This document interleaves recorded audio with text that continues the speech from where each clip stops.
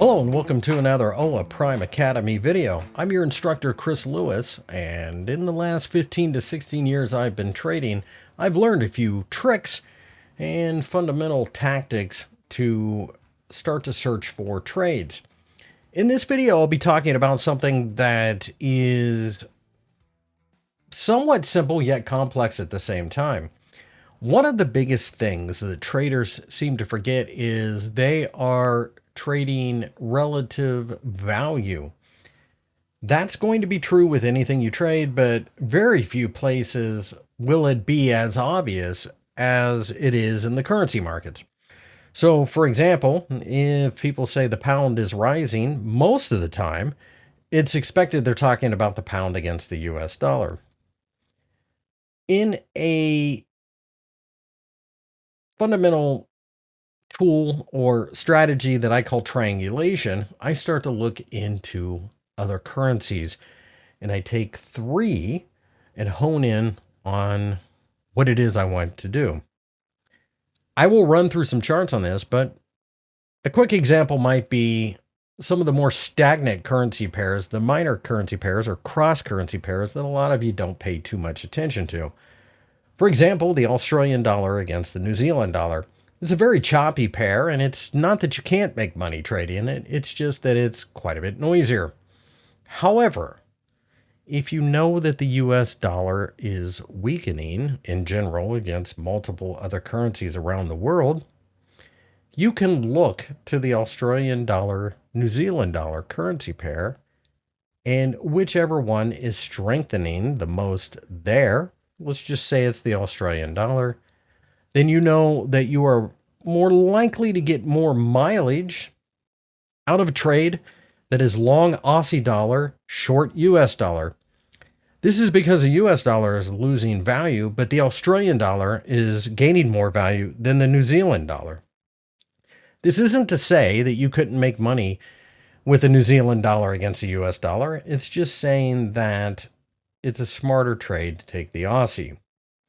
Another example might be the euro pound. You would have the same scenario, but in this case, let's say the US dollar is strengthening. Well, if you want to buy dollars, you need to decide what you want to short. If the euro is falling against the British pound, you want to short the euro and buy the dollar. So you're shorting euro dollar using the euro falling against the pound as a sign that that currency is weaker than the British pound. With that, let's take a look at a few charts and I'll drive the point home and try to simplify things as we go along. Okay, so in front of you I have the US dollar index. The US dollar index, of course, is a group of currencies as measured against the US dollar. The biggest one, of course, is the euro, but we also have the pound, the Japanese yen, Canadian dollar, Swiss franc, Swiss krona, and one or two others, I believe. So when you look at this chart, this is just telling you about how the US dollar is behaving. So, for example, you can see that on the hourly chart, it has been grinding higher for a while. Interesting, but let's take a look at the euro pound. So the euro pound, and I'll go to a daily chart. Let me go ahead and hide all of the events. The euro pound continues to plummet. So what does this tell you? This tells you that the euro is weaker than the British pound. So we start to look at charts and we say, okay, how can we use this to our advantage? It does look like the US dollar is strengthening overall, and it looks like the euro is weakening while the British pound is strengthening. So let's take a look at the euro dollar. The euro dollar at this point in time is approaching an area that could be supported, but it also looks miserable. So keep that in mind. The British pound against the US dollar, it still looks a little soft, but notice how it hasn't plummeted the way the euro has. So this all lines up together. So now you have a decision to make. Do you want to go long the US dollar or do you think it turns around? As things stand right now, I would say it looks like the US dollar is more likely than not going to strengthen. And if that is the case, you want to short the euro against the dollar instead of the pound. And the main reason is because even if they both break down, and they probably would if you really saw the euro fall apart, it more likely than not will be much more of a mild drop in the British pound against the dollar than it would be the euro. And the recent price action certainly bears that out. But what happens if you go back to the US dollar index and you say, okay, well, it looks like we're going to pull back and we start falling? If the US dollar starts losing strength on this chart, then you want the stronger of the two currencies. And in this case, it would be the British pound. So, for example, I might look at this and go, okay, let's see what the US dollar does. And if it starts falling in the US dollar index, I'll start looking for some of these candlesticks here to get broken above in the British pound. And I'd be a buyer of that, not the euro. It's in a much healthier uptrend, and it just makes more sense.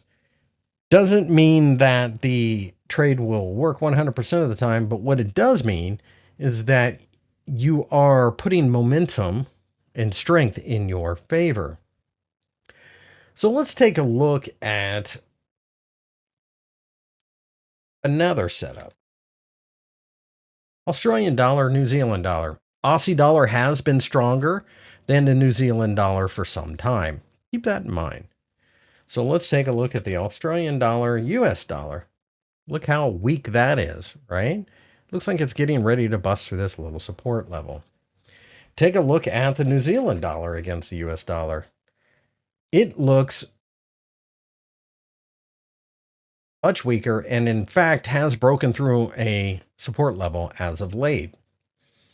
What this tells me is more likely than not, if I buy dollars, I want to short New Zealand.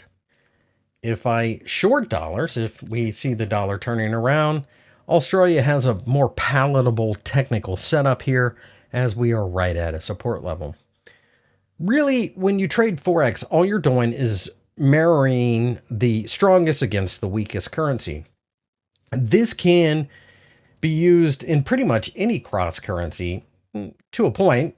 Some of the more perhaps thin ones, you don't really get as much of clarity as you would some of the other ones. So for example, like if you did the Mexican peso against the Japanese yen, and we can do that for fun here.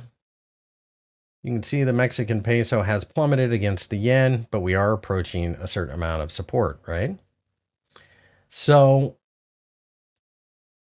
the Mexican peso is weaker than the Japanese yen overall.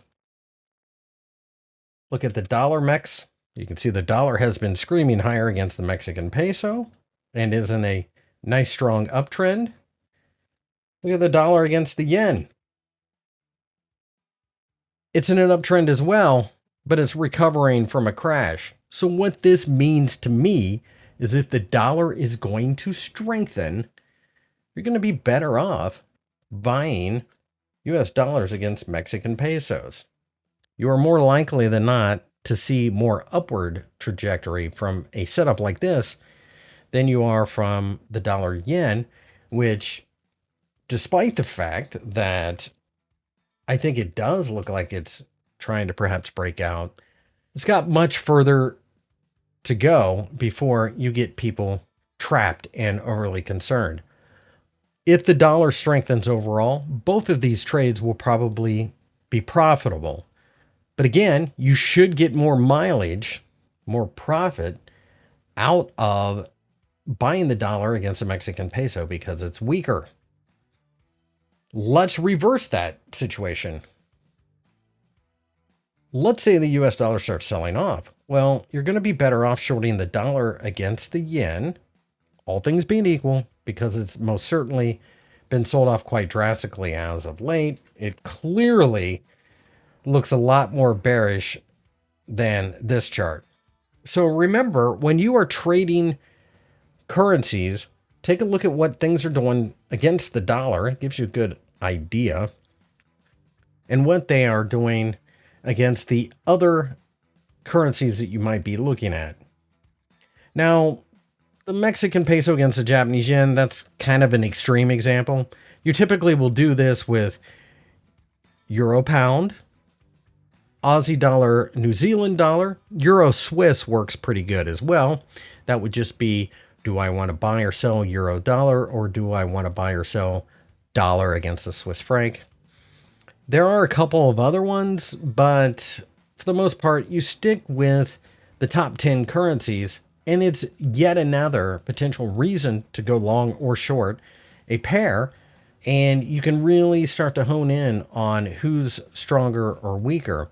Some pairs naturally have competitors beyond the dollar. So, for example, Euro Swiss, it's because there's a lot of cross-border trade.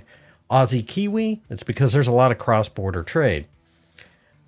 Euro Pound, it's because there's a lot of cross-border trade. You kind of see the theme here. So, with that being said, once you get all of this lined up, you can look for a technical setup, perhaps something like a bullish engulfing candlestick or a hammer or a pullback to a 50% Fibonacci retracement level, something like that, to start buying or selling.